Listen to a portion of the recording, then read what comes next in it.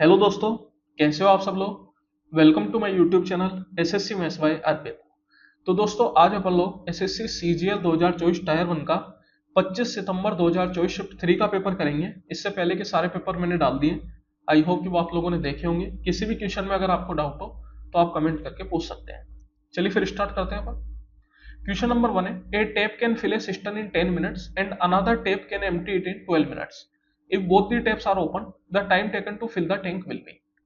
देखिए एक टेप जो है वो 10 मिनट में पूरे टैंक को भर देता है और एक टेप 12 मिनट में पूरे टैंक को खाली कर देता है। तो यहाँ पे अपन सबसे पहले क्या करेंगे, इन दोनों का ले लेंगे एलसीएम। 10 और 12 का एलसीएम हो गया 60।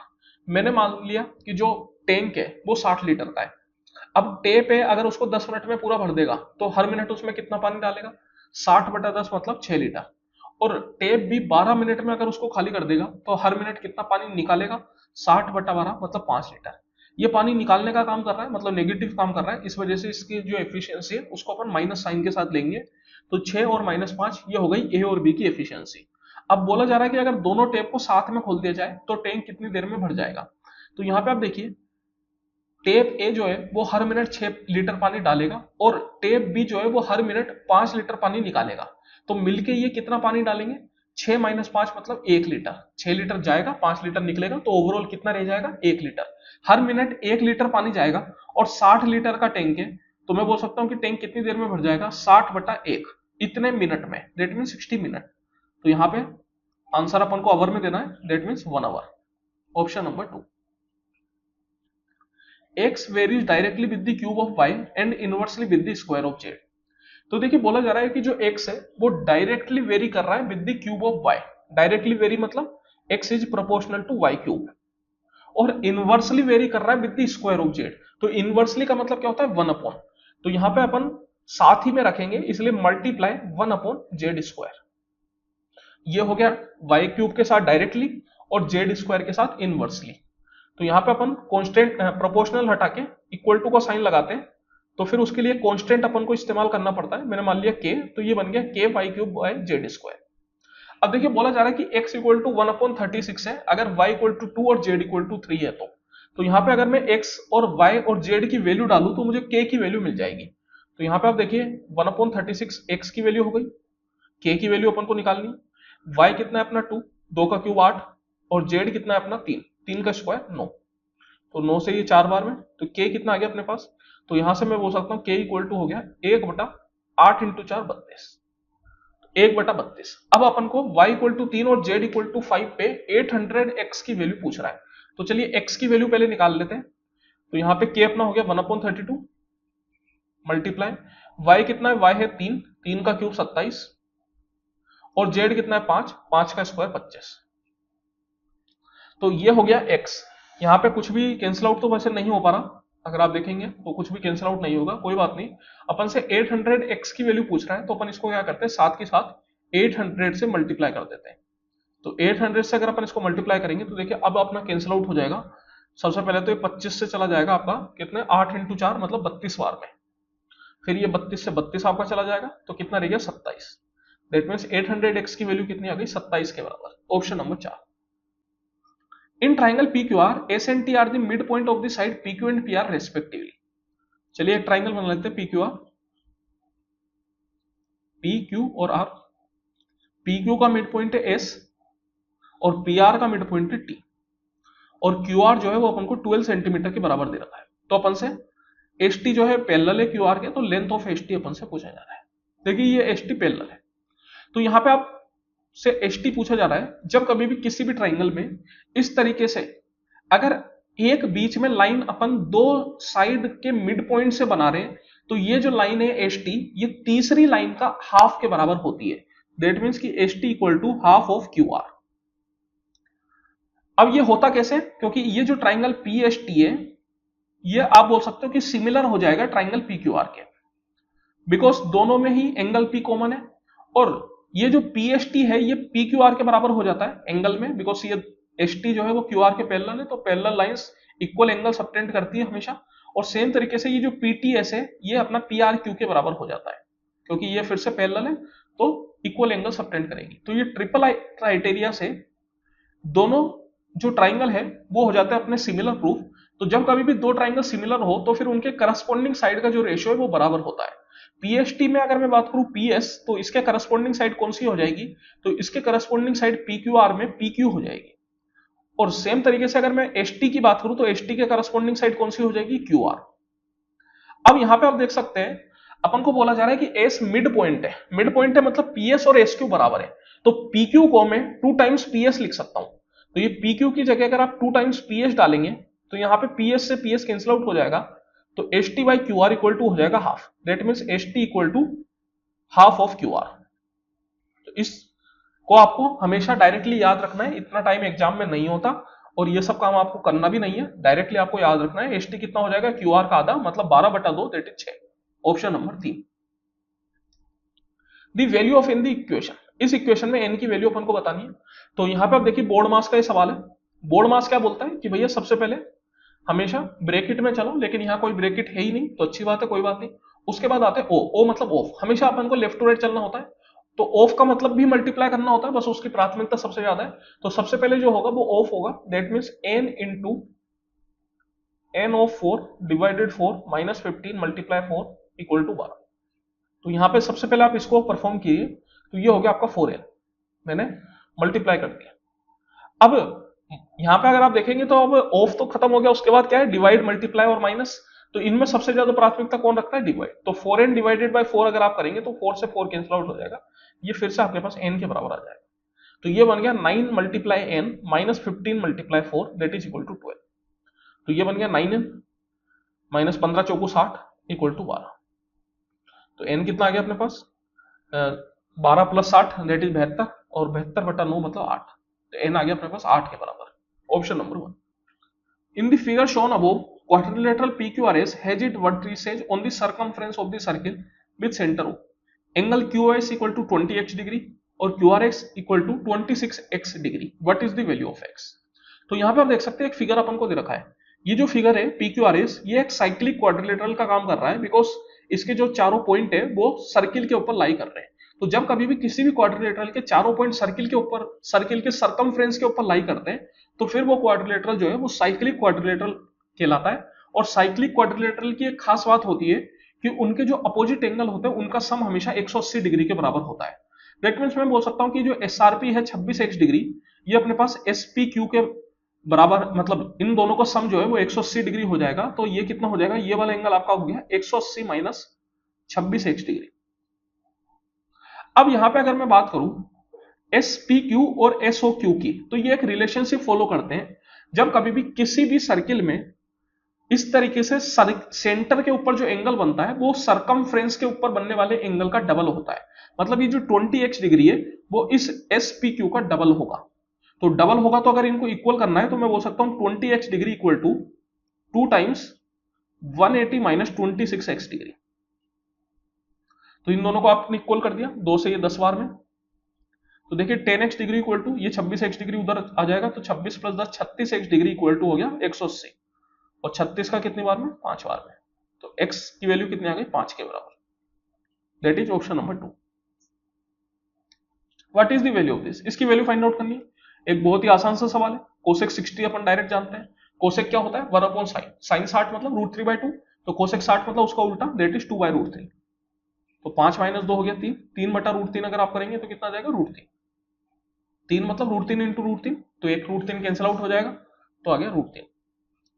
Find the gain percent given that Aditi sold her scooter for इतना, gaining 1/5 of the selling price. Same तरह का क्वेश्चन न जाने कितनी बार कितनी शिफ्ट में पूछा गया है, मैं बता नहीं सकता। यहां पे आप देखिए बोला जा रहा है कि अदिति ने अपने स्कूटर को 40,620 रुपए में बेचा और इस पे उसे 1/5 ऑफ द सेलिंग प्राइस का फायदा हुआ। मतलब प्रॉफिट कितना हुआ, सेलिंग प्राइस का 1/5। तो यहाँ पे इस क्वेश्चन में अपन, इससे कोई मतलब नहीं अपन को, गेन परसेंटेज अपन से पूछा जा रहा है।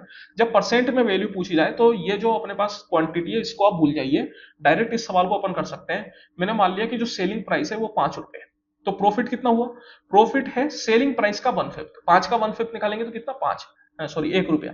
तो कॉस्ट प्राइस कितना हो जाएगा, cost price equal to selling price minus profit, that is 5 minus 1 equal to 4 रुपए। इसका मतलब यह हुआ कि 4 रुपए के सामान पे 1 रुपए का प्रॉफिट है, तो परसेंट कितना हो गया, 1/4 मल्टीप्लाई 100%। तो profit percent equal to profit बटा cost price multiply 100%, that is 25%। तो ओवरऑल कितना फायदा हुआ? 25% का। A class of 30 students appeared in a test. The average score of 12 students is 60 and that of the rest is 80. What is the average score of the class? Same type का question फिर से ना जाने कितनी बार पूछा गया है। तो यहाँ पे अपन देखिए डेविएशन मेथड इस्तेमाल कर सकते हैं। बोला जा रहा है कि 30 स्टूडेंट जो है एक क्लास में के टेस्ट में अपीयर्ड हुए, उनमें 12 स्टूडेंट्स का जो एवरेज है वो 60 है, बाकी बचे हुए का 80 है। तो टोटल क्लास का एवरेज कितना होगा? अब यहाँ पे आप देखिए 30 बच्चे हैं टोटल, उनमें से 12 का अगर 60 है तो बाकी कितने बच्चे बचे? 18 बच्चे बचे। मतलब उन 18 बच्चों का जो एवरेज है वो 80 है। तो यहाँ पे मैंने क्या करा, डेविएशन मेथड से मैं अगर जाऊं तो मैं मान लेता हूं कि पूरी क्लास का जो एवरेज है वो 60 के बराबर है। तो यहाँ पे 12 स्टूडेंट्स का 60 है, अपन ने 60 माना, चलिए कोई अच्छी बात है, तो मतलब ना कम ना ज्यादा, डेट मीन 0। तो 12 मल्टीप्लाई 0, 12 बच्चों का 0 बढ़ेगा ना 0 घटेगा। फिर बोला जा रहा है बाकी का जो एवरेज है वो 80 है। तो 12 बच्चों का 60 था तो बाकी कितने रह गए? 30 माइनस 12 मतलब 18। तो 18 बच्चों का 80 है, लेकिन अपन ने तो 60 ही माना था, इसका मतलब 20 ज्यादा है अपनी एजम्पशन से। तो उन 18 बच्चों में 20 का अपन मल्टीप्लाई कर देंगे और ये जो अपना आएगा इसको अपन सारे बच्चों में बांट देंगे। सारे कितने बच्चे? 30 बच्चे। ये तो 0 हो गया, इसको अगर आप सोल्व करेंगे तो ये कैंसिल आउट हो जाएगा, 3 का 6 बार 6 दूनी 12, तो 60 प्लस 12 72। इसका मतलब जो क्लास का ओवरऑल एवरेज होगा वो कितना होगा? 72 के बराबर। The single discount equivalent to discount series of 15, 20 and 5। देखिए सिंगल डिस्काउंट अपन को बताना है, दो तरीके हैं। एक तो डायरेक्ट फॉर्मूला भी इसका होता है। फॉर्मूला क्या होता है? x1 plus x2 plus x3 minus x1 x2 plus x2 x3 plus x3 x1 divide by 100 plus x1 x2 x3 divide by 10,000। तो इसमें अगर आप x1 x2 x3 15, 20 और 5 डालेंगे तो आपको आंसर मिल जाएगा, कोई दिक्कत वाली बात नहीं। थोड़ा सा कैलकुलेशन तो होगा लेकिन आंसर आ जाएगा। दूसरा तरीका क्या कि मैंने मान लिया कि जो एमआरपी है, डिस्काउंट हमेशा एमआरपी पे दिया जाता है, तो एमआरपी जो है मार्क प्राइस वो 100 रुपए। अब इस 100 रुपए पे पहला डिस्काउंट मैंने दिया 15% का, तो 15% का डिस्काउंट देने का मतलब है कि मैंने 15% रुपए कम लिए। तो 100 माइनस 15% अगर आप करेंगे तो 100 का 15% कितना होता है? 15। तो 100 माइनस 15 मतलब 85। अब ये जो दूसरा डिस्काउंट मैं दूंगा 20% का, ये 85 पे दिया जाएगा, बिकॉज जो सक्सेसिव डिस्काउंट होते हैं वो हमेशा जो वैल्यू निकल के आती है उसी पे दिए जाते हैं। ये 20% का जो डिस्काउंट है वो किस पे दिया जाएगा? 85 पे। तो अब 85 का अगर आप 20% निकालेंगे तो कितना आएगा? 20 मतलब होता है 1/5, 20% का मतलब 1/5, 85 का 1/5 करेंगे तो कितना आ जाएगा आपके पास? डायरेक्ट कैंसिल आउट होता है। अपन जानते हैं भैया 17 पंजे 85, मतलब 1/5 हो गया 17। तो 85 माइनस 17, तो 85 माइनस 17 अपने पास कितना हो जाएगा? तो ये हो जाएगा अपने पास 68। अब जो तीसरा डिस्काउंट दिया जाएगा 5% का, वो किस पे दिया जाएगा? तो वो 68 पे दिया जाएगा। 5% का डिस्काउंट अपन को देना है, तो देखिए 5% आप निकाल लीजिए। अगर मैं बात करूं 68 का 10% हो जाएगा 6.8, तो 5% मतलब उसका आधा, डेट इज कितना? 3.4। तो 68 माइनस 3.4 अगर आप करेंगे तो कितना आ जाएगा?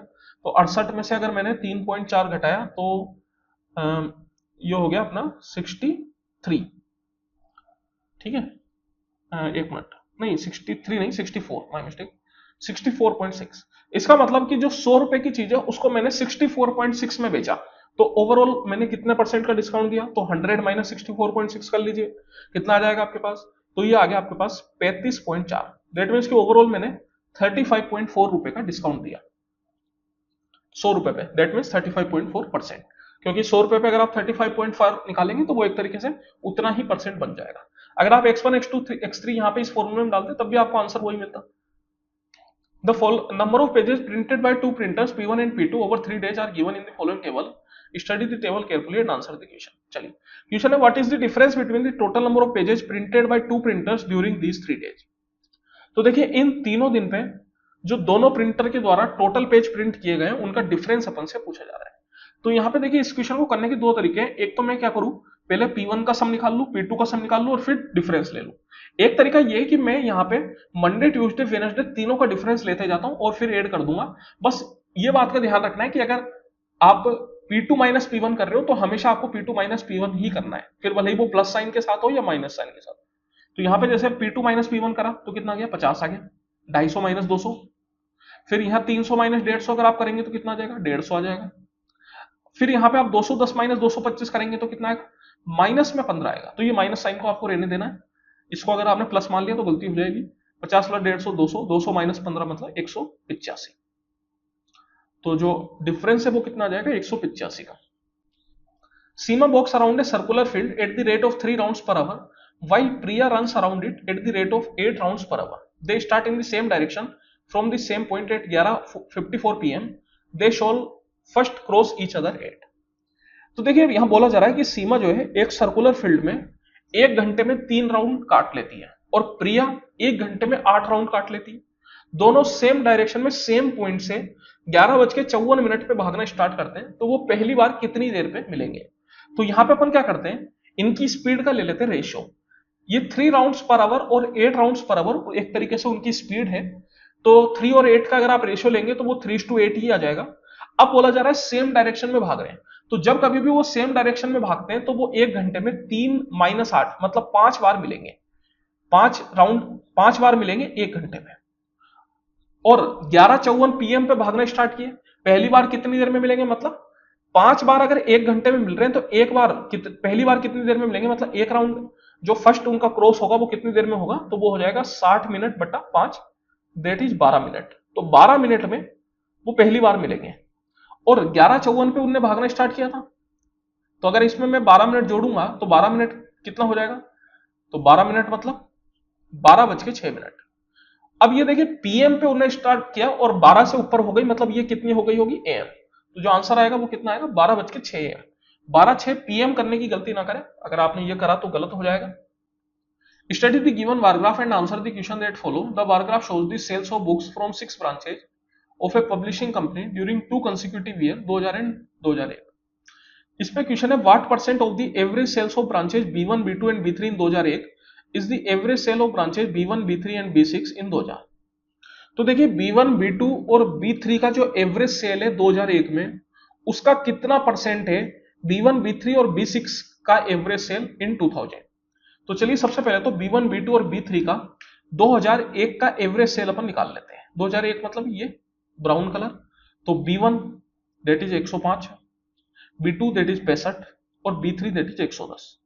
तो इन तीनों को आप कर लीजिए ऐड और डिवाइड बाय 3 कर दीजिए, बिकॉज एवरेज निकालना है। तीनों को अगर मैं ऐड करूंगा तो कितना आ जाएगा, 100 और 100 200, 200 और 60 260, 260 प्लस 20 दैट इज 280, और एवरेज निकालना इसलिए 280/3। सेम तरीके से अगर मैं बात करूं B1, B3 और B6 का 2000 का जो एवरेज सेल है वो कितना होगा, तो चलिए उसको निकालूं। तो 2000 मतलब ये ब्लू कलर, तो B1 मतलब 80, B3 मतलब 95 और B6 मतलब 70। 80 70 150, 150 और 95 245। एवरेज निकालना है इसलिए 245/3, ये आ गया एवरेज। अब अपन से पूछ रहा है ये जो 245/3 है ये कितना परसेंट है 280/3 का, तो कितना परसेंट है इसलिए अपन क्या करेंगे, डिवाइड बाय 280/3 मल्टीप्लाई बाय 100%। 3 से 3 आपका कैंसिल आउट हो जाएगा, एक जीरो को आप कैंसिल आउट कर दीजिए।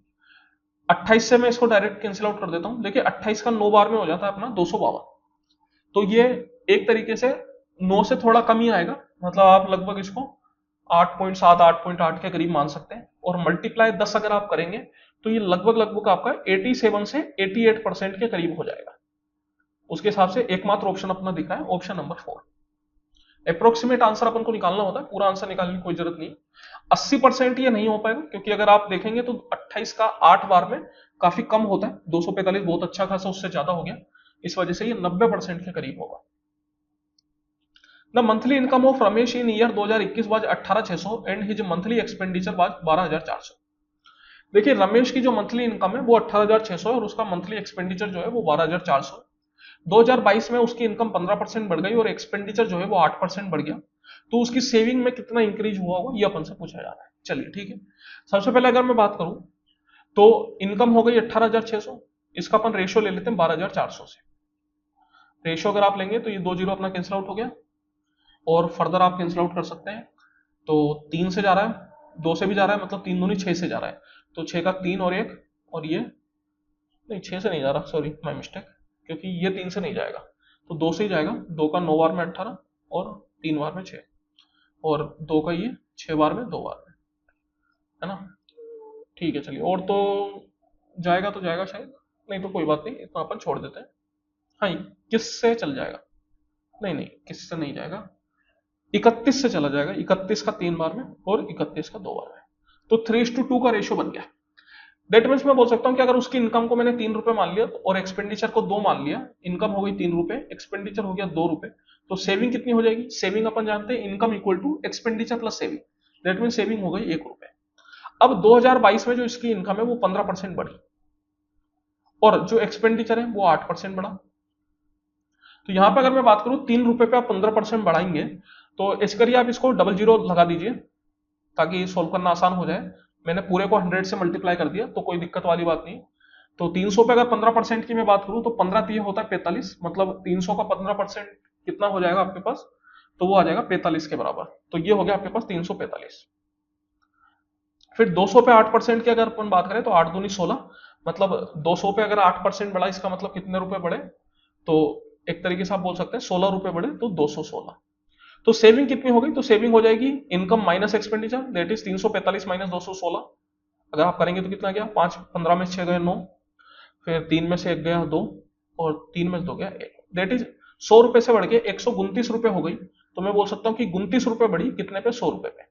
Multiply by 100% that is 29%। तो जो उसकी सेविंग है वो 29% बढ़ गई। Cindy bought 15 apples and 12 oranges and paid a sum of 447 for the purchase. Which of the statement given below is inconsistent with the information given in the previous statement, leading to no possible prices of the two fruits? तो यहां पे आप देखिए बोला जा रहा है कि सिंडी ने 15 एप्पल और 12 ऑरेंज जो है 447 रुपए में खरीदे। तो 15 एप्पल प्लस 12 ऑरेंज, इसमें उसने जो टोटल अमाउंट पे किया वो किया 447। तो अपन से पूछा जा रहा है कि इस इंफॉर्मेशन के आधार पे इनमें से कौन सा ऑप्शन ऐसा है जो बिल्कुल भी नहीं हो सकता, मतलब जो पॉसिबल ही नहीं है। तो चलिए इसको अपन सोल्व करते हैं। तो अब आप देखिए 15 एप्पल और 12 ऑरेंज उसने 447 में खरीदे। यहां पे मैं 3 से इनको डिवाइड कर देता हूं, तो 3 से ये 5 बार में, 3 से ये 4 बार में, और 3 से अगर आप इसको कैंसिल आउट करेंगे 3 का 1 बार में, 4 बार में 12, 9 बार में 27। इसका मतलब 5 एप्पल प्लस 4 ऑरेंज उसने 149 में खरीदे होंगे। ये तो अपन पक्के तौर पे कह सकते हैं। अब अगर आप पहला ऑप्शन देखेंगे तो पहला ऑप्शन में है 25 एप्पल और 20 ऑरेंज में के लिए उसने 745 रुपए पे किए। अगर मैं इसको 5 से मल्टीप्लाई करूं तो क्या होगा? 5 पंजे 25, दैट मीन 25 एप्पल और 5 चौको 20, मतलब 20 ऑरेंज। तो ये भी 5 से मल्टीप्लाई हो जाएगा 149 में। 149 5 से मल्टीप्लाई अगर आप करेंगे तो कितना आ जाएगा? ये आ जाएगा 745। इसका मतलब 25 एप्पल और 20 ऑरेंज के लिए उसने 745 रुपए पे किए होंगे, और यही अपन को ऑप्शन में दे रखा है, मतलब ये एकदम सही है। तो ये ऑप्शन तो सही है, लेकिन ये अपना आंसर नहीं है क्योंकि अपन को वो आंसर देना है जो गलत है। अब सेकंड ऑप्शन है 12 एप्पल और 8 ऑरेंज के लिए उसने 340 रुपए पे किए। तो यहां पर देखिए 12 एप्पल और 8 ऑरेंज तो अपन साथ में नहीं निकाल सकते, क्योंकि एक नंबर से अगर मैं 5 और 4 को मल्टीप्लाई करूंगा तो वो कभी 12 और 8 तो नहीं बन पाएगा। मैं 2 से मल्टीप्लाई कर देता हूं, तो 5 into 2 10 Apple plus 4 into 2 8 orange, तो 149 इंटू 2 कितना? 298। इसका मतलब कि 10 एप्पल और 8 ऑरेंज उसने 298 में खरीदे। सेकंड ऑप्शन में अपन को दे रखा है कि 12 एप्पल और 8 ऑरेंज उसने 340 में खरीदे। तो देखिए अपन पक्के तौर पे 10 एप्पल और 8 ऑरेंज का तो बोल सकते हैं 298, और यहां पे ऑरेंज की संख्या तो बराबर हो गई। एप्पल कितने ज्यादा है? 2 ज्यादा है, 2 ज्यादा एप्पल खरीदे उसने ऑप्शन के हिसाब से, तो उसने अमाउंट भी ज्यादा पे किया। कितना ज्यादा किया? 48 रुपए ज्यादा किया। मतलब मैं बोल सकता हूं कि हो सकता है कि 48 रुपए में 2 एप्पल आगे होंगे। इसका मतलब अपन बोल सकते हैं कि हो सकता है कि 12 एप्पल और 8 ऑरेंज का जो प्राइस है वो 340 ने पे किया होगा। ये हो भी सकता है, नहीं भी हो सकता, लेकिन पक्के तौर पर इसको अपन नहीं कह सकते। थर्ड ऑप्शन पे अगर अपन चले तो 10 एप्पल और 13 ऑरेंज के लिए उसने 353 रुपए पे किए। अब आप यहां पे देखिए 10 एप्पल, लेकिन ऑरेंज कितने बढ़ गए? 5 ऑरेंज बढ़ गए, तो प्राइस भी तो बढ़ गया ना। प्राइस उसने अब कितना किया? 353, मतलब उसने 55 रुपए ज्यादा किए। तो हो सकता है कि भैया 55 रुपए में 5 ऑरेंज और आगे होंगे। हो सकता है ना, पक्के तौर पे नहीं कह सकते, लेकिन हो सकता है।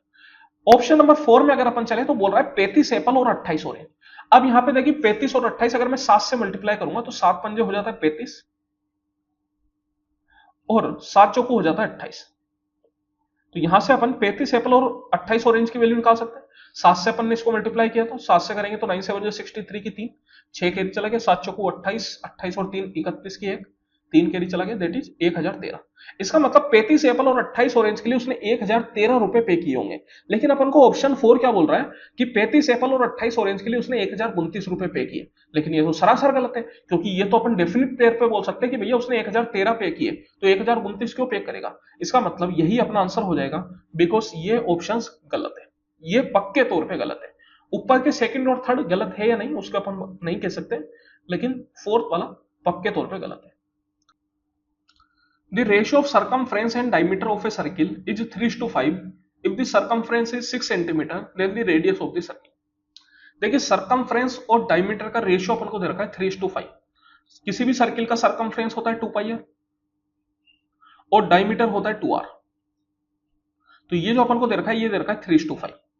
यहां पे अगर मैं रेशियो लेऊं तो देखिए 2r से 2r अपना कैंसिल आउट हो जाएगा, तो रेशियो बच गया π/1। पाई होता है 22/7, तो रेशियो कितना आना चाहिए था 22:7 का आना चाहिए था, लेकिन अपन को रेशियो कितने का दे रखा है 3:5 का दे रखा है।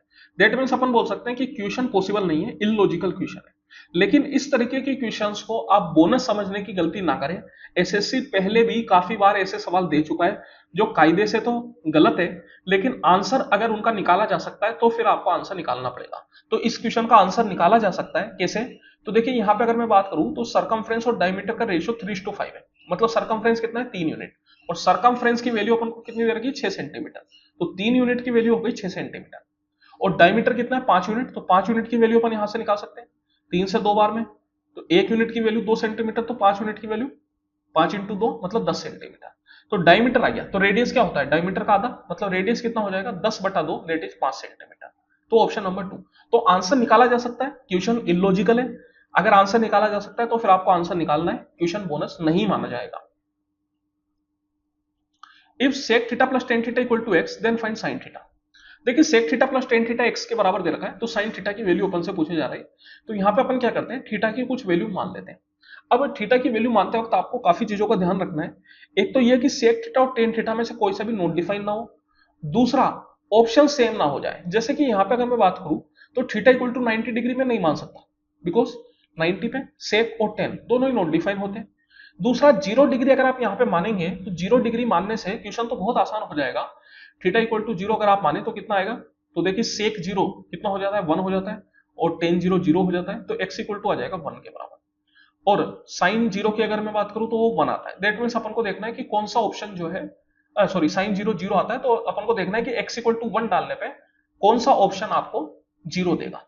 अब यहाँ पे अगर आप x इक्वल टू 1 डालेंगे तो देखिए x इक्वल टू 1 इधर आपने डाला तो नीचे में 1 - 1 0 हो गया, तो ये क्या हो गया ये हो गया नॉट डिफाइन। इस वाले ऑप्शन की तरफ मैं चलूं 1 - 1 0, तो ये आ गया 0, फिर 1 - 1 0 1 - 1 0, तीन ऑप्शन सेम हो गए। और अपन जानते हैं कि साइन थीटा 0 पे 0 देता है, मतलब 0 ही अपना आंसर होना था। तो अब अपन कैसे डिसाइड करें कि वो 2 से आया 3 से आया 4 से आया। इस वजह से थीटा इक्वल टू 0 नहीं डाल सकते। थीटा इक्वल टू 45 अगर आप डालेंगे तो आपकी कैलकुलेशन बढ़ जाएगी, क्योंकि x जो है कॉम्प्लिकेट हो जाएगा, बिकॉज सेक 45 होता है √2 और tan 45 होता है 1, तो x इक्वल टू हो गया √2 + 1। अब जब आप यहाँ पे x इक्वल टू √2 + 1 ऑप्शंस में डालने जाएंगे तो फिर कैलकुलेशन बढ़ेगी। इसलिए यहाँ पे अच्छा ऑप्शन क्या है, थीटा इक्वल टू आप डालिए 30 डिग्री, बिकॉज जब आप थीटा इक्वल टू 30 डालेंगे तो देखिए सेक 30 आपका हो जाता है 2/√3 के बराबर, और cos 30 की अगर मैं बात करूं तो वो होता है 1/√3। तो ये मिला क्या हो गया 3/√3 दैट इज इक्वल टू √3। इसका मतलब जो x है वो √3 के बराबर आ गया। और sin 30 जो होता है वो कितना होता है, तो sin 30 अपन जानते हैं इक्वल टू हाफ के बराबर होता है। इसका मतलब x इक्वल टू √3 डालने पे कौन सा ऑप्शन हाफ होएगा वही अपना आंसर बन जाएगा। तो चलिए अब अपन चेक करते हैं कि कौन सा ऑप्शन x इक्वल टू √3 डालने पे हाफ है। पहले में अगर मैं डालूं तो √3 का स्क्वायर 3, 3 + 1 4, और 1 - 3 दैट मीन -2। ये तो माइनस में, तो माइनस में तो वैसे ही नहीं होगा, पॉसिबल ही नहीं है। फिर यहाँ पे अगर मैं डालूं तो 3 - 1 2, और 3 दूनी 6 और 1 7, 2/7 है, तो ये भी आंसर नहीं होगा क्योंकि 1/2 आना चाहिए था। फिर 1 - 3 -2, और नीचे में अगर अपन बात करें 1 + 3 4, तो ये हाफ तो आया लेकिन माइनस हाफ नहीं, प्लस हाफ लाना था। यहाँ पे अगर मैं बात करूं तो देखिए 3 - 1 2 और 3 + 1 4, तो 2/4 इक्वल टू हाफ। इसका मतलब अपन बोल सकते हैं कि ऑप्शन नंबर 4 यही अपना सही आंसर हो जाएगा। Which of the following numbers is divisible by 6? इनमें से कौन सा नंबर 6 से डिवाइड करता है? तो देखिए अपन जानते हैं कि 6 का डिविजिबिलिटी रूल क्या बोलता है कि नंबर 2 और 3 दोनों से अगर डिवाइड हो जाए तो वो 6 से भी डिवाइड हो जाएगा। सबसे पहले अगर मैं बात करूं 2 की, तो 2 का डिविजिबिलिटी रूल क्या बोलता है कि यूनिट डिजिट जो है वो इवन होनी चाहिए। ऑप्शन 3 और ऑप्शन 4 दोनों में ही यूनिट डिजिट इवन नहीं है, तो ये दोनों तो आंसर नहीं हो सकते, क्योंकि ये 2 से डिवाइड नहीं है, तो फिर 6 से सवाल ही नहीं उठता। ऑप्शन 1 और ऑप्शन 2 इन दोनों में यूनिट डिजिट जो है वो इवन है, दैट मीन्स कि ये दोनों 2 से तो डिवाइड हो जाएंगे, लेकिन 6 से डिवाइड होने के लिए 3 से भी डिवाइड होना पड़ेगा। तो अब 3 का डिविजिबिलिटी रूल अपन चेक करें, तो 3 का डिविजिबिलिटी रूल क्या बोलता है कि sum of all the digits divide by 3। तो यहां पे आप देखिए सम निकालते जाइए, लेकिन अपन क्या करेंगे, जो नंबर 3 से डिवाइड हो रहे हैं उनको कैंसिल आउट करते जाएंगे। जैसे 3 कैंसिल आउट कर दीजिए, 8 प्लस 7 15, 15 होता है 3 से डिवाइड, कैंसिल आउट करके। 4 प्लस 5 9, 9 होता है 3 से, कर दीजिए। 0 0 तो होता ही है, तो मैं बोल सकता हूं कि ये नंबर 3 से भी डिवाइड है। अब 3 से भी डिवाइड है, 2 से भी डिवाइड है, तो ऑब्वियस है कि 6 से भी डिवाइड होगा। ऑप्शन 2 को चेक करने की जरूरत नहीं, क्योंकि अगर एक ऑप्शन आ गया तो दूसरा नहीं आ सकता, सिंगल करेक्ट आंसर है। Find the value of this, इसकी वैल्यू अपन को फाइंड आउट करनी है। 3 sin 15 minus 4 sin cube 15।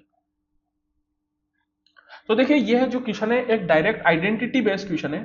3 sin theta minus 4 sin cube theta जो होता है वो इक्वल टू होता है sin 3 थीटा के बराबर।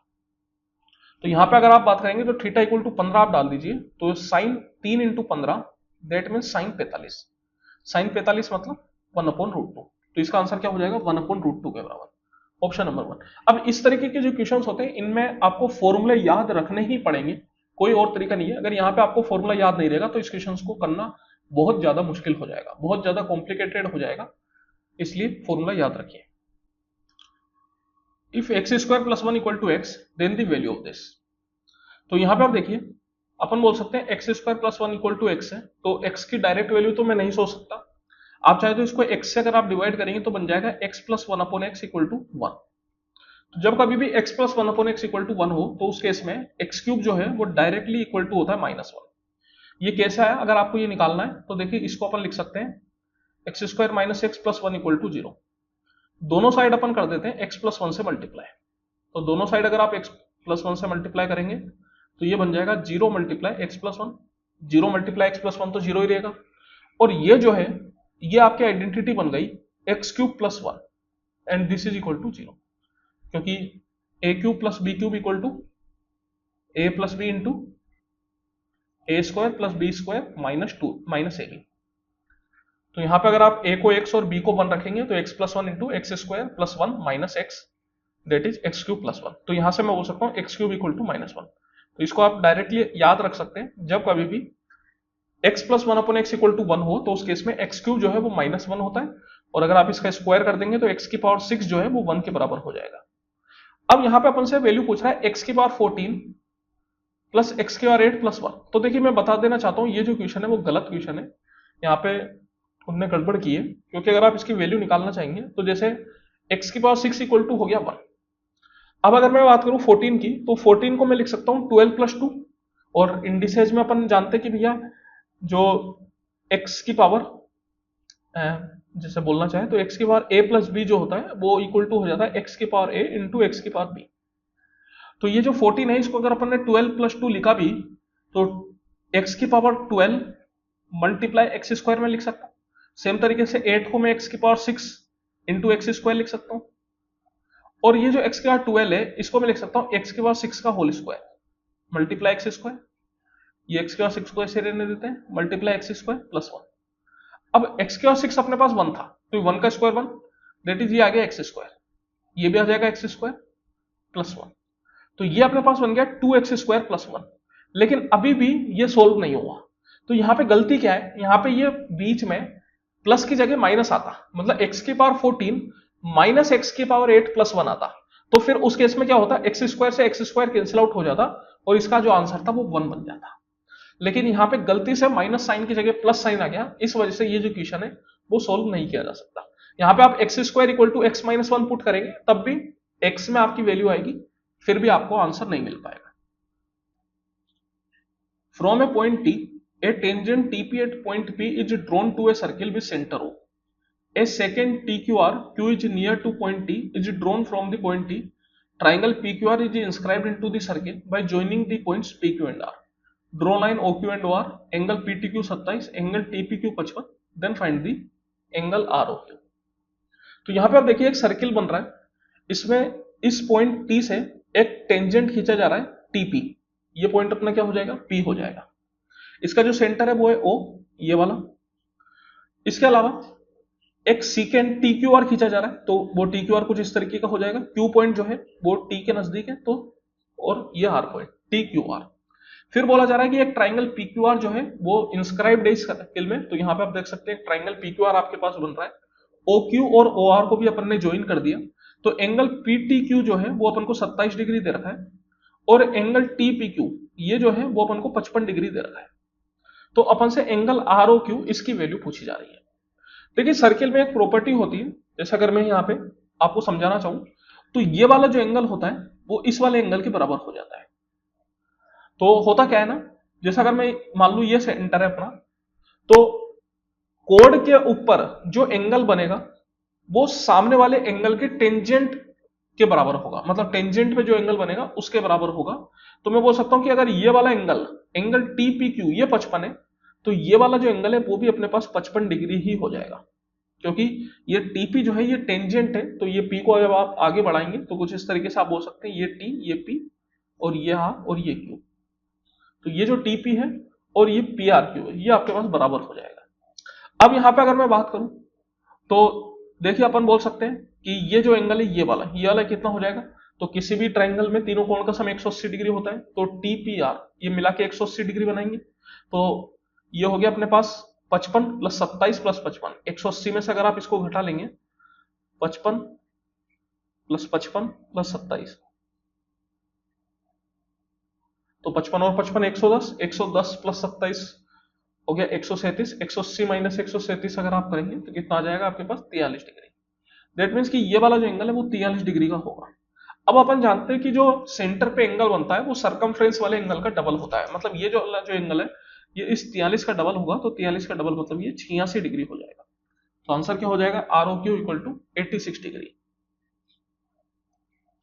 If A square plus B square equal to 148 and A B equal to 54 then find the value of this.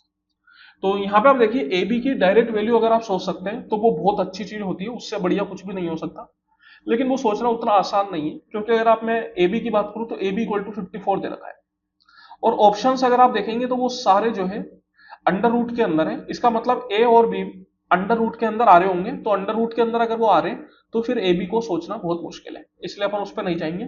तो इस क्वेश्चन को अपन कैसे करेंगे, तो यहाँ पे आप देखिए ए स्क्वायर प्लस बी स्क्वायर है 148 और ए बी इक्वल टू है 54, तो यहां से अगर मैं 2ab निकालना चाहूं तो 2ab कितना हो जाएगा, 2 into 54 that is equal to 108। अपन एक फॉर्मूला जानते हैं a माइनस बी का whole square equal to A square plus B square minus 2ab, और एक और फॉर्मूला जानते हैं a प्लस बी का whole square equal to A square plus B square plus 2ab, ये फॉर्मूला अपन जानते हैं। तो यहां पे अगर आप देखेंगे a square plus B square plus 2ab अगर आप करेंगे तो कितना आ जाएगा, 148 प्लस 108, तो कितना हो गया ये हो गया अपने पास 256। तो a square plus B square plus 2ab that means कितना, ए प्लस बी का होल स्क्वायर, तो ए प्लस बी का होल स्क्वायर आ गया 256, तो ए प्लस बी कितना आ गया, तो a plus B equal to हो गया स्क्वायर रूट 256। अब स्क्वायर रूट 256 की अगर मैं बात करूं तो ये क्या किसी का स्क्वायर होता है क्या, तो अगर अपन बात करें तो देखिए 16 का स्क्वायर कितना होता है, तो 16 का स्क्वायर यही होता है 256 है ना, ठीक है, तो ये हो गया अपना 16। ए माइनस बी की अगर मैं बात करूं तो ए माइनस बी का होल स्क्वायर बनाने के लिए क्या करेंगे, a square plus B square minus 2ab, a square plus B square 148 और 2ab 108, तो 148 माइनस 108 दैट इज कितना, ये आ गया अपने पास 40 के बराबर। तो यहां से अगर आप मैं बात करूं तो a माइनस बी कितना हो जाएगा, क्योंकि ये है a माइनस बी का होल स्क्वायर, तो a माइनस बी हो गया square root 40 that is equal to 2 root 10। तो यहां पे a प्लस बी है 16 और a माइनस बी है 2 रूट 10, तो ये 2 से 8 बार है, तो कितना आ गया 8 बटा रूट 10। इस पूरे का आंसर क्या हो जाएगा, option number 2। Pranab borrows a sum of rupees 3,35,180 at the rate of 13% per annum simple interest. At the end of first year, he repays 23,060 रुपए towards return of principal amount borrowed. If Pranav clears all pending dues at the end of second year, including interest payment that accrued during the first year, how much does he pay at the end of second year? तो देखिए बोला जा रहा है प्रणब ने 3,35,180 रुपए उधार लिए 13% पर एनम सिंपल इंटरेस्ट पे, और एक साल के बाद उसने 23,060 रुपए प्रिंसिपल अमाउंट में से चुका दिए, और प्रणब ने अगले साल के एंड तक सारा पैसा चुका दिया। तो अपन को बताना है कि अगले साल के एंड पर वो टोटल कितने रुपए देगा। तो यहाँ पे आप देखिए, जब कभी भी अपन किसी से पैसा उधार लेते हैं तो अपन को दो चीजें देनी होती हैं, एक तो जो अपन ने लिया वो, साथ ही साथ उस पर जितना इंटरेस्ट बना वो भी। तो हुआ क्या, प्रणब ने 3,35,180 रुपए लिए थे। अब 3,35,180 पे एक साल के बाद उसने 23,060 रुपए चुकाए, लेकिन ये किस में से चुकाए, उसने प्रिंसिपल में चुकाए।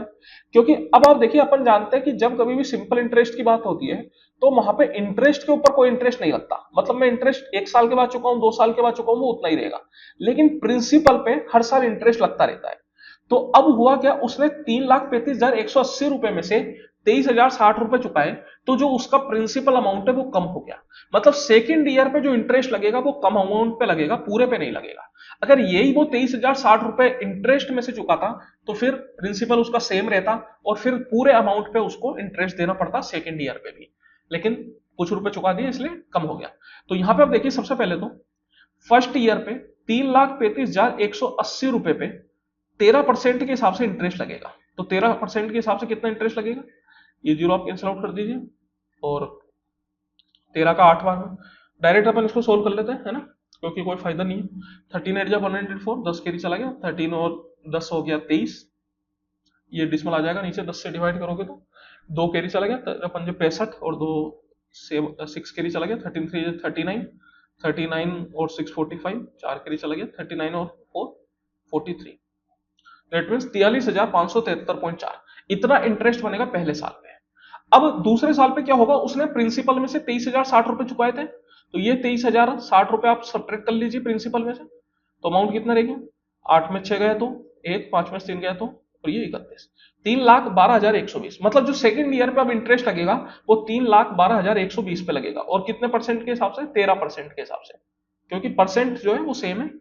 तो फिर से इसको अगर अपन सोल्व करेंगे तो देखिए, 13 दूनी 26 की 6, एक डिसमल डाल देते हैं, 2 कैरी चला गया तो 15 की 5, एक कैरी चला गया, 7 2 कैरी तो 15 की 5, एक कैरी तो 40, मतलब 40 जा 575.6। तो अब देखिए होगा क्या, सबसे पहले तो उसको पहले साल पे जो इंटरेस्ट बना वो चुकाना पड़ेगा, दैट मीन्स 43,573.4 रुपए। साथ ही साथ दूसरे साल पे जो इंटरेस्ट बना दैट इज 40,575.6 रुपए, ये भी उसको चुकाना पड़ेगा। इसके अलावा एक चीज और रहती है, वो क्या, प्रिंसिपल अमाउंट। लेकिन क्या प्रिंसिपल अमाउंट पूरा 3,35,180 चुकाना होगा क्या, बिल्कुल नहीं, बिकॉज उसने पहले ही 23,060 रुपए पहले साल के एंड पे चुका दिए थे। तो अब जो बाकी अमाउंट बचा वो ही उसको देना पड़ेगा, दैट इज कितना, 3,12,120 रुपए। तो ये और उसको पे करने पड़ेंगे। इन सबका आप सम निकाल लीजिए, 4 6 0, एक कैरी चला जाएगा आपके पास, 4 5 9, तो 7 7 14 और 2 16 की 6, एक कैरी चला गया, दैट इज 12 की 2, 6 4 4 8 1 9, और ये 3, तो 3,96,259 रुपए उसको देने पड़ेंगे, that means option number 1। A well with 14 centimeter radius is dug 23 centimeter deep. Find the volume of the earth taken out of. तो देखिए बोला जा रहा है कि एक बेल है जिसकी रेडियस 14 सेंटीमीटर है, इसको अपन ने 23 सेंटीमीटर नीचे तक गहराई मतलब खुदाई की है, तो कितना मिट्टी उसमें से निकाला गया होगा, इसकी वैल्यू अपन को बतानी है। तो यहां पे आप देख सकते हैं एक तरीके से कितनी मिट्टी निकाली गई होगी, जितनी वॉल्यूम उस बेल की बनेगी, बेल मतलब एक सिलेंडर के आकार का होएगा, तो एक तरीके से सिलेंडर का जो वॉल्यूम बनेगा वही अपना आंसर हो जाएगा। तो यहां पे अगर मैं बात करूं तो वॉल्यूम क्या होता है सिलेंडर का, पाई आर स्क्वायर एच, तो 22/7, रेडियस है 14 सेंटीमीटर, और हाइट है 23 सेंटीमीटर, तो 7 का 2 बार में 14। तो यहां पे आप देखिए यूनिट डिजिट से तो अपना काम नहीं चलेगा, क्योंकि सब में यूनिट डिजिट 8 है। अपन डिजिटल सम से इसको कर सकते हैं, आप चाहे तो डिजिटल सम से इसको कर लीजिए। तो देखिए 22 का डिजिटल सम कितना हो जाएगा, तो 9 दूनी 18, मतलब 4 आ गया डिजिटल सम, 2 का डिजिटल सम 2, 14 का 1 + 4 5, और 23 की अगर मैं बात करूं तो 2 3 5, तो 4 दूनी 8, 8 पंजे 40, 40 पंजे 200, और 200 का आप डिजिटल सम निकालेंगे तो 2। यहां पे अगर अपन देखें तो देखिए जो जो 9 से कैंसिल आउट हो रहे हैं उनको कैंसिल आउट कीजिए, 8 + 1 9 कैंसिल आउट हो जाएगा, 1 और 4 5, 5 6 11, 11 का अगर आप डिजिटल सम निकालेंगे तो 1 और 1 2, फिर 1 8 9, 1 और 4 5, 1 और 8 9, 1 और 5 6, 6 और 6 12, 12 का डिजिटल सम निकालेंगे तो 1 और 2 3, फिर 1 और 8 9, 1 4 5, 5 और 7 12, 12 का डिजिटल सम फिर से 3, केवल एकमात्र ऑप्शन है जिसका डिजिटल सम 2 आ रहा है, तो यही अपना आंसर हो जाएगा, that is option number 1। The sales of two kind of bicycle B1 and B2 manufactured by company over a period of 3 years are shown in the table below. From 2004 से 2006, what is the ratio of total sale of bicycle B1 to the total sale of bicycle B2?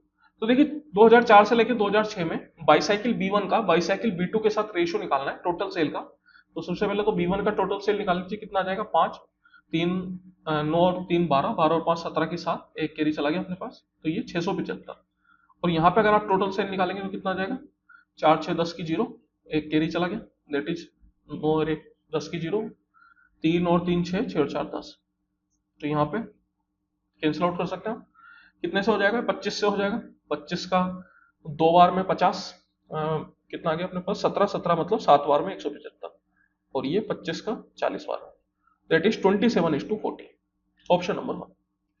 The below table shows the number of 1 liter bottles of soft drink produced by 3 company during 2016 से 2020। तो देखिए एक table अपन को दे रखी है, ये जो table है ये नंबर ऑफ 1 लीटर बोतल की क्वांटिटी बताती है 3 अलग अलग कंपनी की 5 अलग अलग साल में, और ये सारा डेटा जो है वो लाख में है। इसका मतलब ये 38,000 नहीं है, ये 38,000 इंटू 1 लाख है, मतलब आप उसको निकाल लीजिए कितना होगा, बहुत बड़ी वैल्यू है। क्वेश्चन है what is the difference in average production of A and C during 16 से 18। तो ए और सी का जो एवरेज प्रोडक्शन है उसका डिफरेंस अपन को बताना है 2016 से 18, मतलब ये 3 साल का। चलिए ए की अगर मैं बात करूं तो ए का एवरेज क्या होगा, एवरेज अपन निकाल सकते हैं 3 साल का, और सी का भी एवरेज निकाल सकते हैं। एक और तरीका है यहाँ पे अपन एवरेज निकालने का एक तो तरीका क्या है कि इन दोनों का सम करूं, इन दोनों का सम करूं, डिवाइड बाय 3 करूं और फिर सब्ट्रैक्ट करूं। अपन क्या करते हैं यहाँ पे, जैसे अगर मैं बोलूं कि भैया इधर 3 का सम होगा और इधर 3 का सम होगा, फिर उसमें डिफरेंस होगा, तो मैं ऐसा भी तो कर सकता हूं कि ऊपर वाली क्वांटिटी का पहले डिफरेंस ले लूं, क्योंकि डिनोमिनेटर में तो 3 रह जाएगा एलसीएम, तो उससे क्या होगा थोड़ा करना आसान हो जाएगा। तो यहाँ पे 51,000 माइनस 38,000 अगर आप करेंगे तो कितना आ जाएगा आपके पास, तो ये आ जाएगा 13,000। फिर 57,000 माइनस 41,000 करेंगे तो कितना आ जाएगा, तो देखिए ये आ जाएगा 9 + 7 दैट इज 16,000, और 63,000 में से 53,000 अगर आप घटाएंगे तो कितना आ जाएगा 10,000 डिवाइड बाय 3, तो ये हो गया 3 और 6 9, मतलब 39,000, और 39/3 करेंगे तो 13,000, दैट मीन्स कि डिफरेंस कितना आ जाएगा 13,000। चलिए इसी के साथ समय समाप्ति की घोषणा। आई होप कि आप लोगों को मजा आया होगा। किसी भी क्वेश्चन में अगर आपको डाउट हो तो आप कमेंट करके पूछ सकते हैं, और वीडियो अच्छी लगी हो तो प्लीज लाइक कर दे करिए, लाइक करने से मोटिवेशन मिलता है। चैनल पे नए तो चैनल को सब्सक्राइब कर लीजिए। मिलते रहेंगे अपन इसी तरीके से अगली वीडियो में, तब तक के लिए बहुत बहुत धन्यवाद।